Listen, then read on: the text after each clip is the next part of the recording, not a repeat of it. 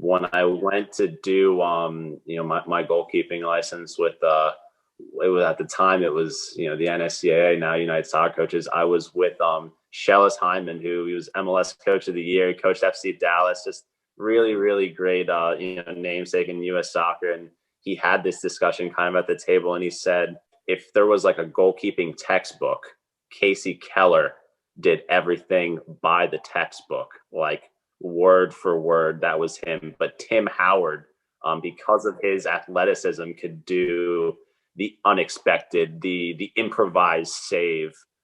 He had that like in his wheelhouse immensely, where Casey Keller was probably far more technical of the two.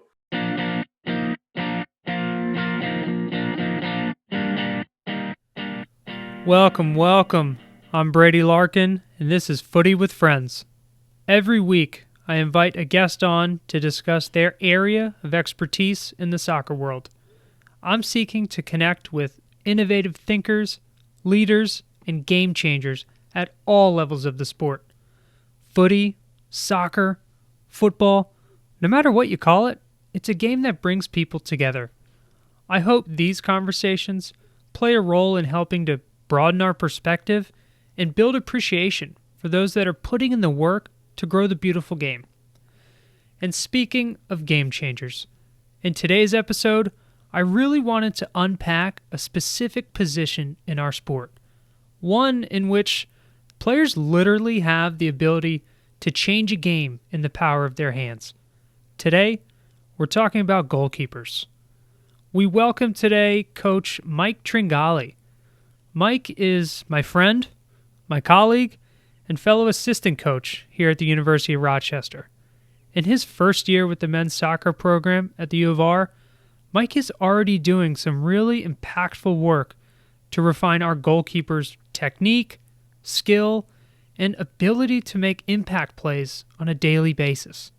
He brings a wealth of experience from playing and coaching at the college level, serving in roles at both the Division III and Division I levels.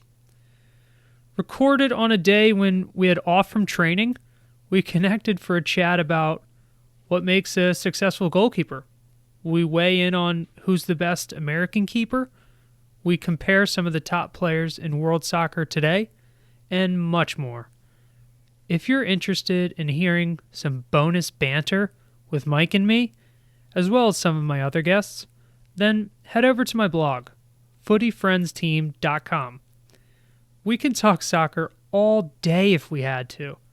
For me, it's usually anything involved with Liverpool, and for Mike, it's his team, Juventus. We get into the weeds a bit, which is really nothing new for us. It's almost like a day in our soccer office. So again, if you're interested in joining in the banter, check out footyfriendsteam.com. Without further ado, let's get stuck in on a goalkeeper masterclass with Mike Tringali.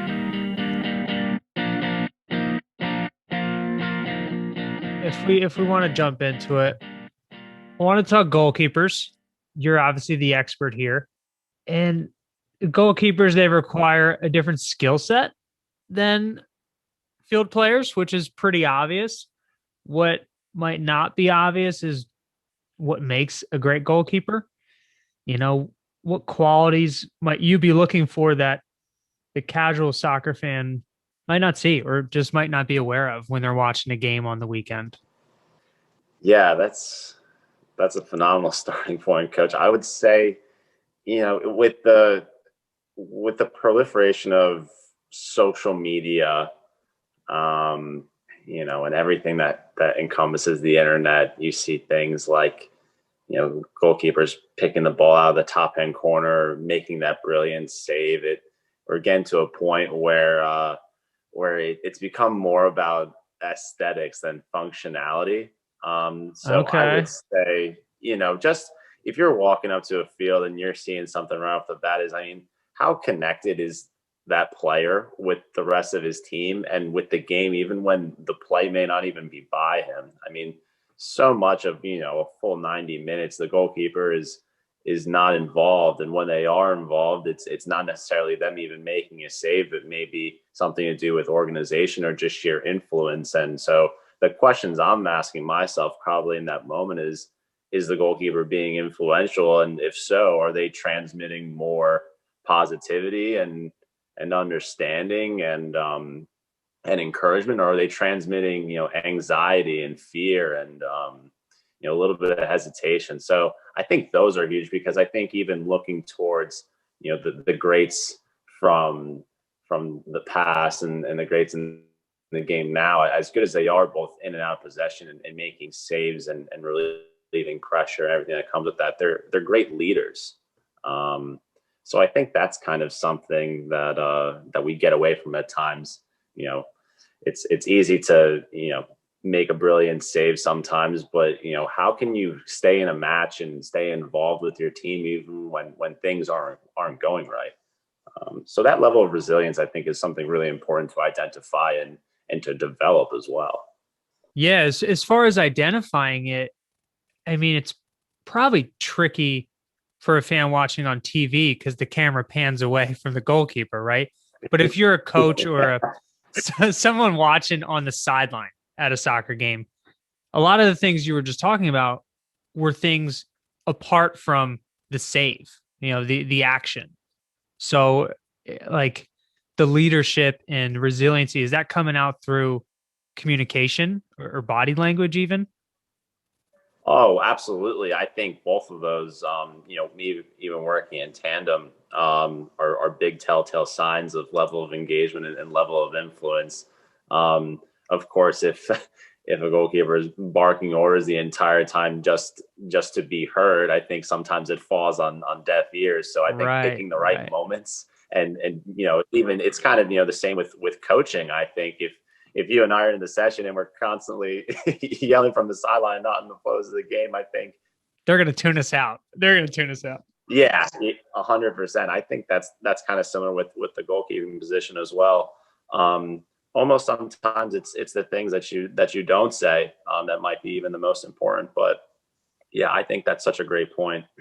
Um, as far as things goes, yeah, like communication, it would probably be a massive one, and just overall presence. I mean, Yeah. guys don't necessarily need to be 6'5", 200 pounds to have a level of presence. I think that's something that comes with character and kind of that discipline within. How do guys carry themselves? When the camera pans to someone in the modern game now that's made a mistake, what is their initial reaction? It's easy to lead and easy to do the things right when things are going well, but when they're not, what is the focal point? What is the thing you look to? So Right. There's a piece of it that's quantitative, like, okay, how tall are they? What's their weight, their strength, but a lot of it is qualitative and like, I don't know, you have to have a keen eye to assess the influence of a goalkeeper on their team, or even better yet, the impact they have on the opposing team. Like you talk about being a presence. Like, is that something you see if, I don't know, if someone controls the ball in the box or makes a big save? for sure, for sure. I think when you exude confidence from the relevant actions you take, and if that as a result deters the opposition, and maybe teams now are looking to play a different way, based on this one individual position, when it is an important position, arguably one of the most important positions on the field. But if you are physically seeing a team, having to conjure up different ideas because someone is being commanding in the box or assertive off their line, or they just, maybe they're having a day where it looks like nothing's going in. I think Yeah. that's definitely something that counteracts, your team's playing well, the other team isn't. That's really how you pitch things in another direction. So yeah, that's a great one for sure. I mean, I think we've all had those days. And even I remember it from playing when you got an early touch on the ball, or really positive early touch on the ball. You had that mentality early on from minute one to mid end. Okay, there's nothing going in today. Everything's going to go okay. Yeah. Yeah. The goal feels smaller. The posts seem wider. Like, what is this? Yeah, 24 feet, more like 4 feet. Yeah. Yeah. Playing in a futsal goal at that point. Yeah. Nice. Yeah. I mean, that's a good feeling. If anyone's in the zone, like for any sport really, or like any activity where you're just in that flow state, maybe those early touches or an early save for a goalkeeper might, propel you to get there a little quicker. Yeah, and I think that's also such a great point you bring up, because I mean, how many times have, I mean, you and I even been watching a game or just something we picked out in the highlights, and one team was dominant on the day. Maybe they were up 4-0, and this team comes back and they kind of get these two meager consolation goals, and you think like, could the goalkeeper have done better there? Was there a disconnect? So those are like also kind of these telltale signs we look for, like your team was good on the day, but also, you weren't just because you got the results. So I think, we talk about that level of concentration as well, at the top level, because surely, I think what's a brilliant example of this. I think guys like Allison or Marc-Andre Ter Stegen or even Manuel Neuer. I mean, they maybe are asked to do two or three, really exceptional tasks out of the game, but they do it with like the utmost amount of execution and quality. And I think that is so impressive because ultimately the other 10 positions on the field are relatively active or, Right. at a high level of activity throughout the game. But, especially in that position when you're called upon, maybe from doing nothing for 50, 60 minutes, I think it's all the more impressive. So naturally on the recruiting trail, that can be hard and inefficient to see. So you really have to kind of, do a lot of homework, I would say, and you definitely have to take some more context clues throughout the run of the game. And I think that's something that's prudent for all coaches to know at all different levels, whether it be recruitment or development or identification. I think it's such a massive piece. Yeah, that's really, really helpful advice. How about your own goalkeeping experience? Can you speak to like the mindset of a goalkeeper? Because it's such a different role where like you're talking about Ter Stegen and Pickford. Okay, they they're expected to make three saves a game, but if they don't, they're they're almost like the scapegoat for losing the game. Where you always hear the comparison when a striker, like, they take 10 shots, they miss nine, but they make one and they're the hero. What what kind of mindset do you have if you're a goalkeeper at any level and being able to deal with that kind of pressure on each moment? Yeah, it's a never ending topic, isn't it? And it's such a good one as well. You kind of have to be a bit of a masochist almost, and kind of revel not just in the pressure but sometimes in the sheer humiliation, and think it can't get any worse than this, and sometimes it can't get any better than this, Right. which I think what ultimately brings you is you have to kind of always be at this even point. If you're so high octane, and you're going into a training session or a match and you have no reset or no even keel, I think you'll find yourself probably making more mistakes than not. And if you're at the lower end of that That's a spectrum, good point. you probably find yourself in the same boat. So I think having that mental equilibrium that you can only control so much at any given time, because once again, you can't really influence every single aspect of a training session in a game, Right. but the moments where you are, it's brilliant.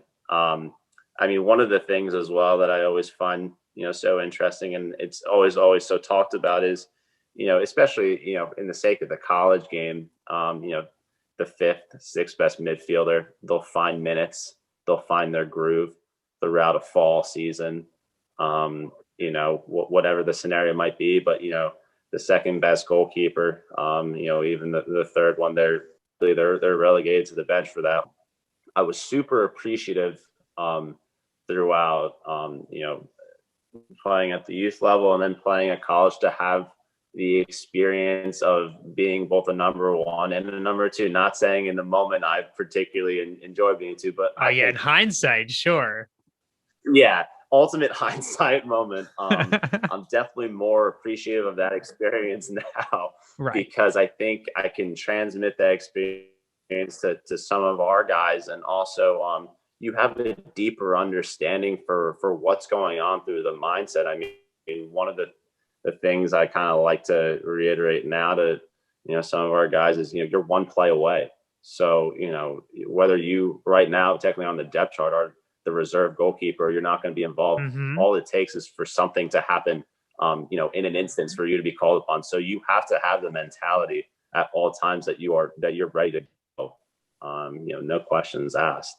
So to have that experience and to now kind of see it from the outside looking in is super rewarding and also super interesting. You have to definitely be a little bit of a psychologist, Oh both yeah, I when you're imagine. in the position and when you're coaching it. But I mean, more so, I think like one of the things you're really pointing to is I think earlier on his mindset. I think definitely to have that evenness, that equilibrium, whether it's in a game, in a training session, I think is something that pays dividends and something that allows you to perform definitely at your best. Oh, absolutely. And I imagine having a supportive number two goalkeeper, if you're the number one, is only going to help you be even keeled and stay on your game. And you hear about some of the best teams in the world, or just at all levels, really. They have a strong goalkeeper core. What's that about? Like having a strong unit of goalkeepers that Yeah. support each other. Did you play in a team that had that?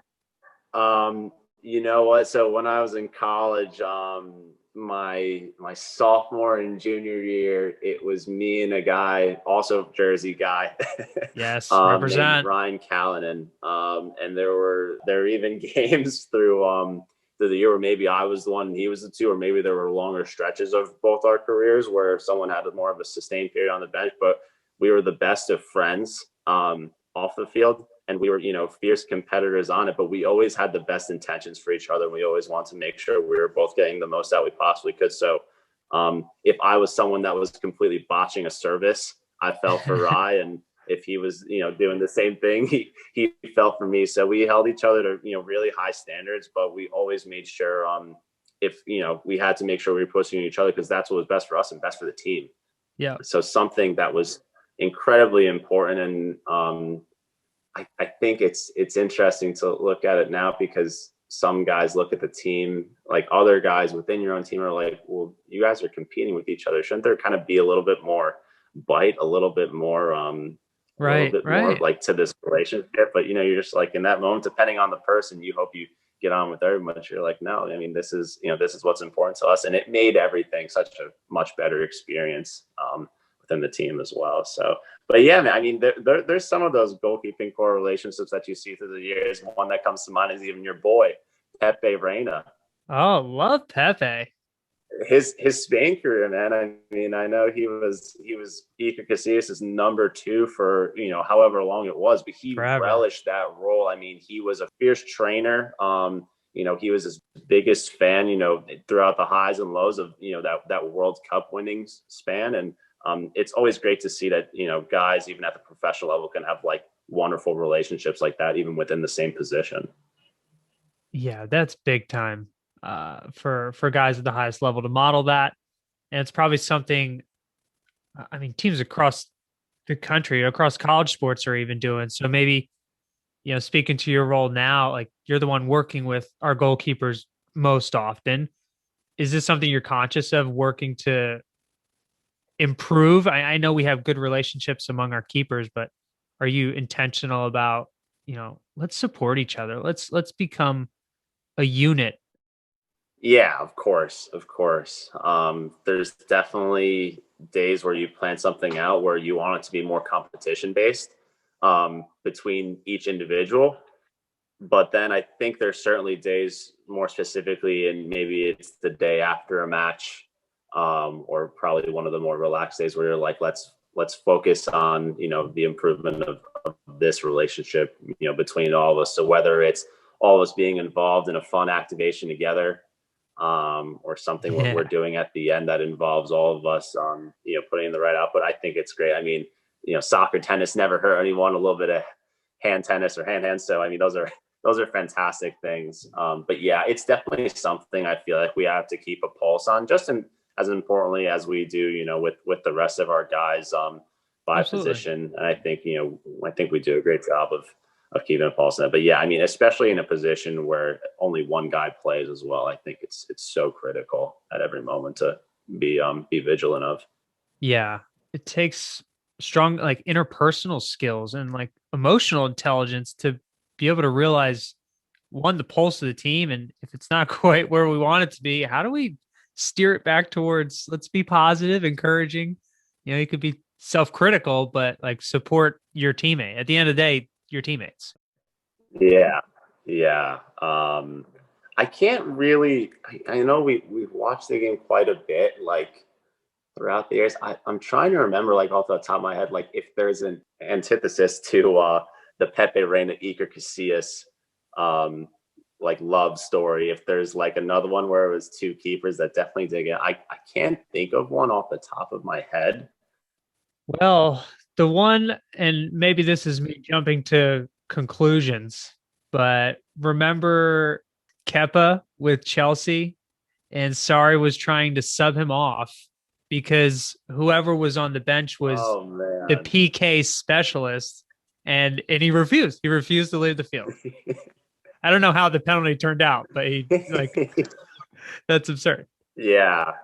Oh man, Willie Caballero, Yes, who had come over from Man City, so he knew all the penalty takers because they were playing City in that League Cup final. that's right. Um, that's what it was. We just figured it out, man. And Kepa waved him off. Yeah, never will we see something like that probably ever again. I hope we don't.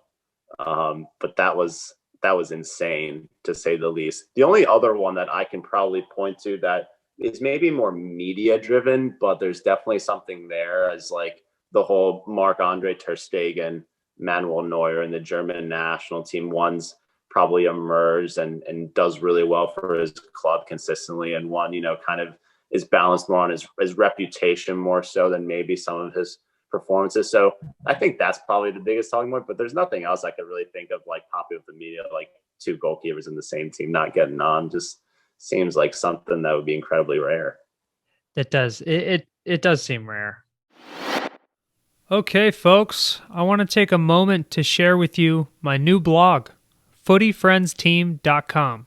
If you're digging on the content from my guests, this blog is the perfect place to take a deeper dive into more material on leadership, teamwork, and innovative thinking. Some of it about soccer, some very loosely related, all of it from the heart. There will also be some exclusive content shared directly to the blog, including extended interviews. If you want to be the first to know about what guests are coming on, which games I'm looking forward to watching, and some of my other creative pursuits, sign up to join the Footy Friends team. This will also be the place to check out the Larkin on Liverpool segment for my reactions and takes on all things Liverpool. You'll also be able to find links to buy some of the books my guests have recommended, so you can start to build your own footy reading list. Again, that's footyfriendsteam.com. Now, back to the pod. Speaking of goalkeepers on the world stage at the highest level, how about American goalkeepers? Because this is, I believe, one of U.S. soccer's greatest exports, right? Our goalkeepers. There's been some good ones over the years. You got your Brad Friedels, your Casey Kellers, Timmy Howard. Does anyone stand out as, this person they're the best U.S. goalkeeper? Wow, that's a really good one, Coach. And I'll put this in two perspectives because obviously, being a little bit of a younger guy, I saw Casey Keller more towards the end of his career, and Tim Howard much more in his prime. Both fantastic. Yeah.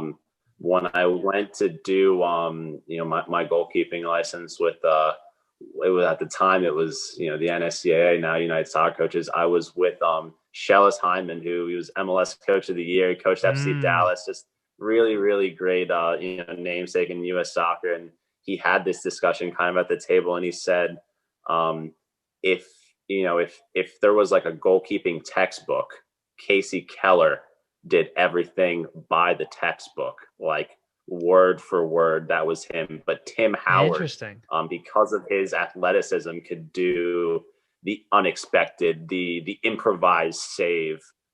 He had that like in his wheelhouse immensely, where Casey Keller is probably far more technical of the two, which is great because we have like two of like you said, these these treasured exports, and they both played the same position, but they almost played it stylistically in two different ways. Right.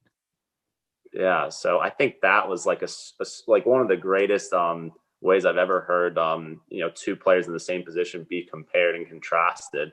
So I would say I kind of started to notice it when I went back and looked at them a little more. But I mean, I think it would be so wonderful if we could have goalkeepers going out abroad for long periods of time with these top clubs. I mean, like you even said, like a Casey Keller, Brad Friedel, Tim Howard, Marcus Hanneman.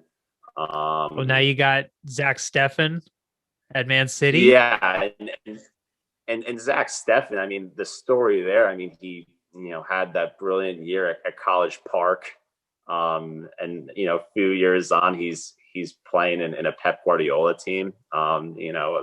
It's a massive story for him, and Ethan Horvath is doing really well in Belgium. So hopefully we're getting these guys overseas and they're playing in high level environments. So we can kind of be known for that goalkeeping brand again overseas. Yeah. Oh, I think we're getting there. And again, like we've been there with, these examples of Casey Keller and Brad Friedel. It's interesting the trajectory of a goalkeeper's career. You often see him playing to the later years compared to the field players, and they're almost peaking later. Is there something to that? Like Buffon, the man is still playing, your boy. Yeah. So the one thing that and this is really interesting because I think I'll have to send you this article, but and I'll connect this back to another American sport. But I think it was around when Tom Brady turned 35, 36. He spent less time doing, the lifts that were in, the Patriot lifting packet or what the sports performance people were telling him. And he kind of went more towards the pliability, elongating the muscles, getting his diet right, things that you associate a lot more with wellness than, kind of with brute force and strength. These strategies now, I think, have definitely been adopted and put forward at multiple prominent clubs around Europe. Specifically for goalkeepers. I think sometimes back in the day, you'd see a guy like Tony Meola or Peter Schmeichel, who probably looked more like middle linebackers. Yeah. Oliver Kahn. Yeah, Oliver Kahn. I mean, fantastic example, coach. Yeah, so you got guys now. I mean, like Jack Butlin, Marc-Andre Fagan, Jan Oblak, Gianluigi Donnarumma, Samir Handanovic. They're kind of like these.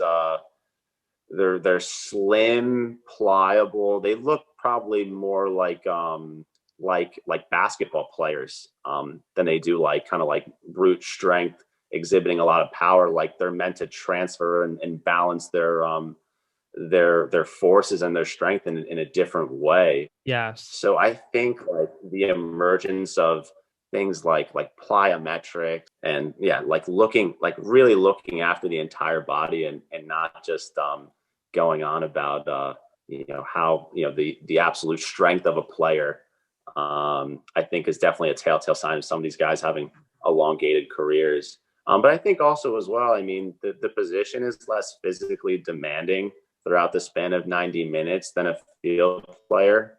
Right.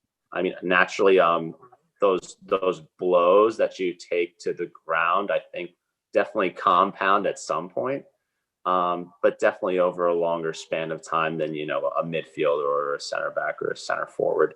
Mm-hmm. But yeah, it's great to see. I mean, especially in the spectrum of someone like Gianluigi Buffon, who had his fair share of injuries in his early 30s. I mean, he had herniated discs and bouts with sciatica and MCLs. And then he kind of had this renaissance at like 36 years of age. You would have never thought it. Right. So it's great that I don't think we would ever really see that in a center midfielder, with like the exception of Ryan Giggs or something like that. So it's crazy that can happen at that position. It really is. It really is.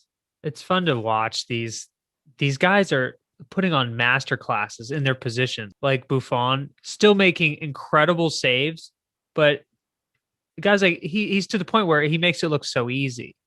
where it's almost like graceful now. But he could, because he's probably just mastered the technique and the footwork and the communication, where it's kind of always in control. That's probably also a good way you might measure how good a goalkeeper is. Are you in control, or are you kind of like frantic? Absolutely. And I think you bring up another phenomenal point there, Brady, is positioning. The positioning around the goal mouth, if you've been doing it for 15 years at a high level and you're conscious of it, Yeah. surely enough, some of these pictures have been painted enough times that you already know the sequence or have an idea of where that ball is projected to fall or ricochet off of. I mean, that's a really incredible point. Yeah. So yeah, almost like he's almost seeing the game ahead of everyone else. Big time. Big time. The man is playing at 43 years old. I think he made his debut for Parma when he was 17. I mean, Wow. that's the span of a career that's as old as me. So yeah, a lot of things to wrap my head around there for sure in my free time. So he's been a professional goalkeeper in the Serie A for more than half his life.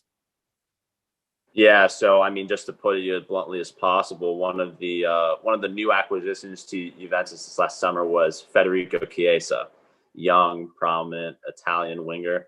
Gianluigi Buffon played with Chiesa's father in his early days at Parma, so he's Oh my literally gosh. played, yeah, with his father and his son. I mean, he even did that. I think it was Lilian Thuram. He also played with prominent French center back in the day.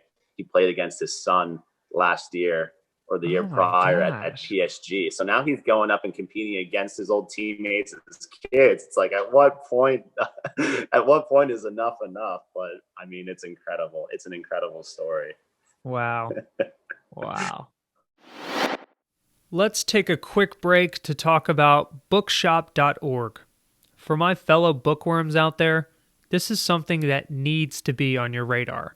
Using bookshop.org is the best way to support local bookstores. You can keep the ease of shopping online and rest assured that your money is going to the suppliers that deserve it. I think we're well past the point of continuing to give our hard-earned money to a certain monopolistic online retailer. By design, Bookshop donates over 75% of their profit margin to stores, publications, authors, and others who make up the thriving, inspirational culture around books. The great people over at Bookshop even went one further. If you already know of an independent bookstore near you, simply use the interactive map and find that bookstore, and they'll receive the full profit off your order. Using Bookshop can help strengthen the fragile ecosystem around bookselling and keep local bookstores an integral part of our culture and communities. Bookshop is a corporation dedicated to the public good. So, next time you need a new book for a cozy day by the fire, or you want a page turner for a day at the beach, visit bookshop.org. You can even search for Footy Friends Team to find books recommended by my guest on the podcast.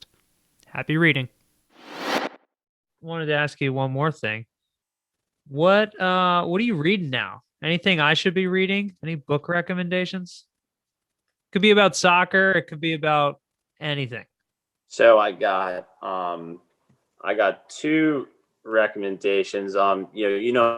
Massive John Gordon fan. Oh, I love John Gordon.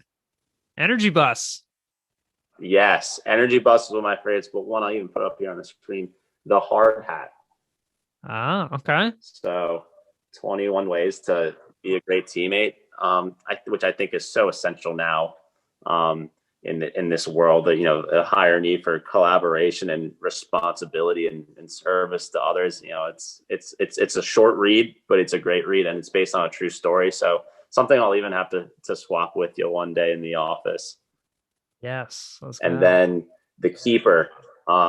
It's a memoir from Tim Howard, and it just talks about, like what we talked about earlier, on that level of resilience. And we are in nature, we are meant to overcome many obstacles, and he's overcome things in abundance, not just on the field, but in his personal life, and throughout his growth and his development through childhood to adulthood. So something that's also has a humble story to it. So two that definitely strike a really serious nerve with me. The Keeper with Tim Howard, and the Hard Hat by John Gordon. Love John Gordon, man. Love him. Yeah, those are good reads. His book, I've read a couple.